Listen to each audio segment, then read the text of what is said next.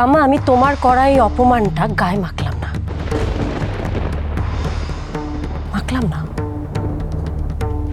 কারণ আমার কাছে এই অপমানটার থেকে আমার শ্বশুরবাড়ির সম্মানটা অনেক বেশি গুরুত্বপূর্ণ।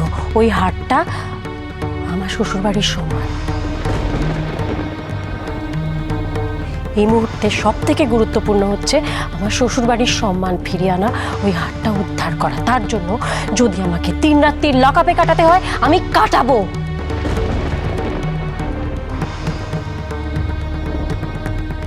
কিন্তু হারটা ফেরত চাই।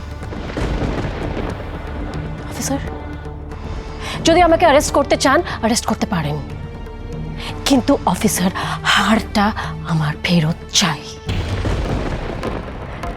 কৃষ্ণা, ওঠ। কান্নাকাটি করছিস কেন? কোনো দরকার নেই তো এইভাবে কান্নাকাটি করার, না? এটাকে তদন্তের জন্য সহযোগিতা করছিস এইভাবে ভাব না। এটাকে অপমান মনে করে গায়ে মাখার তো কোনো কারণ নেই, না কৃষ্ণা? তাছাড়া যদি হাতটা নাই চুরি করে থাকিস তাহলে পরে কিসের এত সমস্যা, কিসের এত কান্নাকাটি? ওঠ না, পুলিশকে সহযোগিতা কর।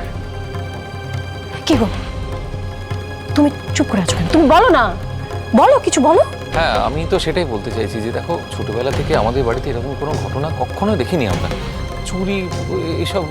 তা এখন আজকে যখন বাড়িতে একটা ঘটনা ঘটেছে, চুরি হয়েছে, তখন আমাদের তো উচিত পুলিশের সঙ্গে থাকা, তাকে হেল্প করা। তো সেটুকুই করার চেষ্টা করছি আর কি।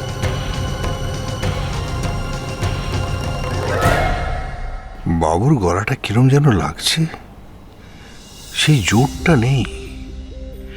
একটু আগে দেখছিলাম ও আর সোম কি সব গুজুর গুজুর ফুসুর ফুসুর করছিল। কেন জানি না, মনে হচ্ছে এই হার চুরির ব্যাপারটার মধ্যে একটা গভীর রহস্য আছে। এটা সাধারণ চুরি নয়, তাহলে সেটা কি? আপনি চলুন প্লিজ, সাধারণ কিছু জিজ্ঞাসাবাদ আছে, তারপরেই আপনাকে ছেড়ে দেওয়া হবে।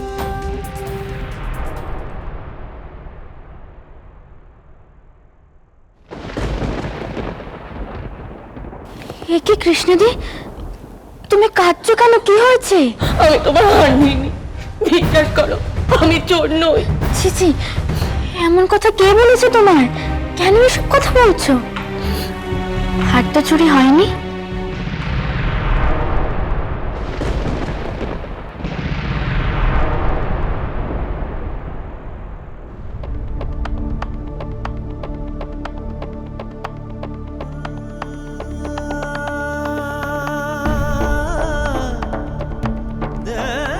এই তো হার।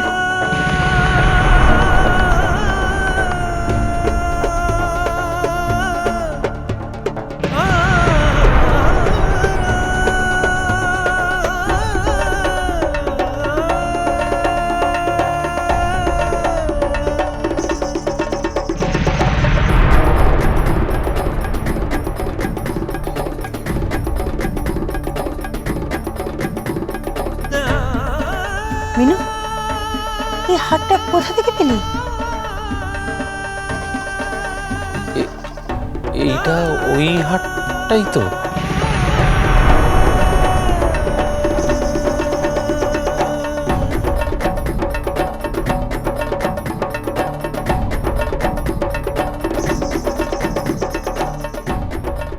হ্যাঁ দাদা ভাই, এটা তো ওই হারটাই, দেখো।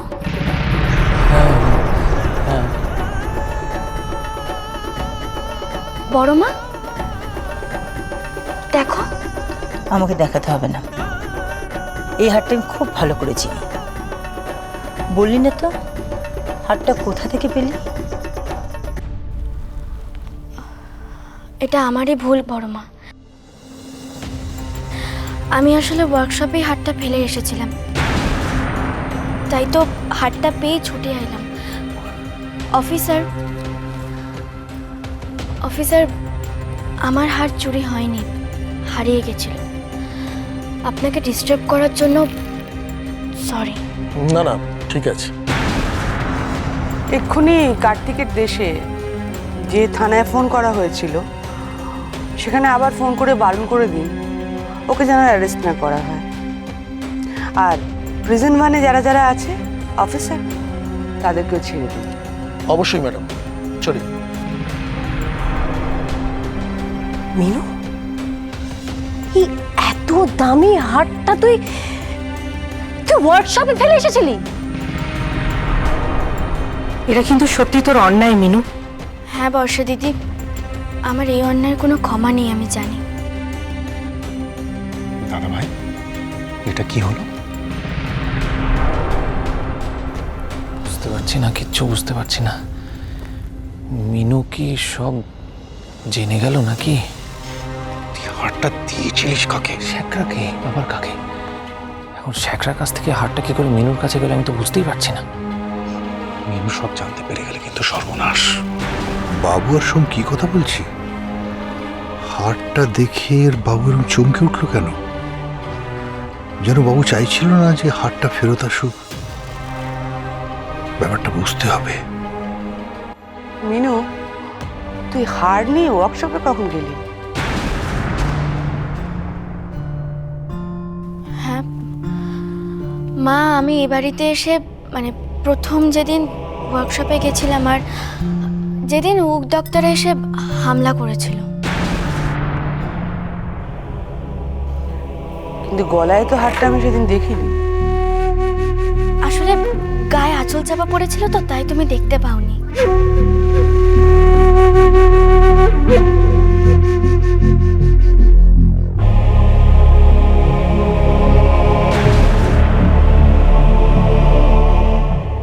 মিনুর গায়ে সেদিন আঁচল চাপা ছিল না, গলায় হারটাও ছিল না, আমি নিশ্চিত। কিন্তু মিনু মিথ্যে বলছে কেন?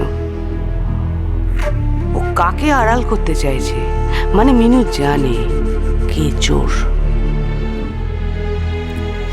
যাই হোক, হারটা এবারে সাবধানে রাখবি মিনু। যদি সাবধানে না রাখতে পারিস তাহলে আমাকে দিবি, আমি রেখে দেবো সাবধানে।